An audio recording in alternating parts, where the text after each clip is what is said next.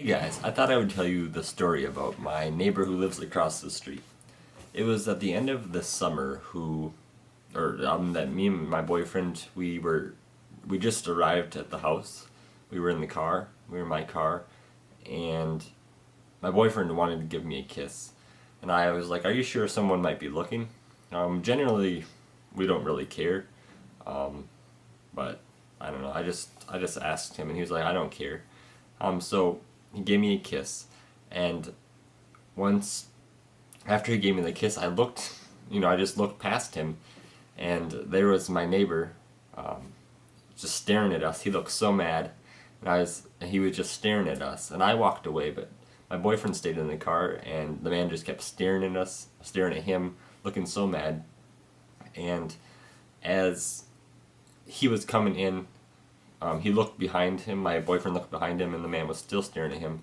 And we were both quite angry about it because there's no reason for him to just be spying on us, looking so mad. Because what happened was when he saw that we had kissed, he opened his door and he was just, staring right at us. And so my boyfriend was so mad. He was trying to decide if he should go to his house and confront the man, because it was just kind of ridiculous what the neighbor was doing.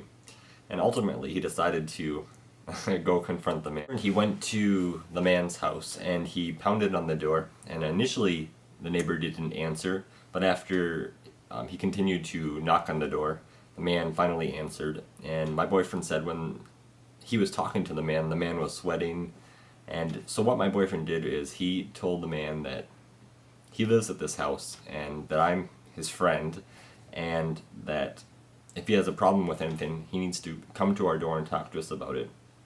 And he asked the man why he was staring at us and why he wouldn't take his eyes off us. And the man said, this is true. He said, I was getting a description of you guys for the police. And so my boyfriend, he talked to him, and ultimately I could see from our window, and ultimately they shook hands. But during this time, this was at the end of the summer, I told my boyfriend that this was during the gay marriage battle that was occurring in Minnesota, and I told my boyfriend that he's going to put out an anti-gay sign. And about 2 weeks later, he had the anti-gay sign on one side of his yard and on the other side.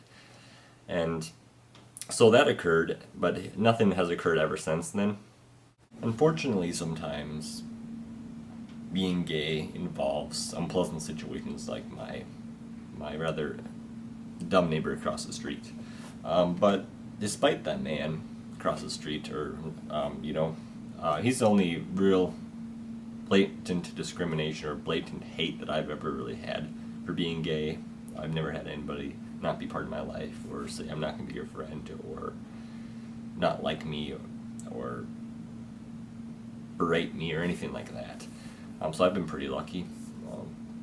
And if you ever do experience something like that, I think just try to get past it and stay pretty optimistic for the future. And I'll talk about in an upcoming video about just how dramatic the public perception of gay marriage and gay people and gay rights and everything like that has changed just since I started making my videos 3 years ago.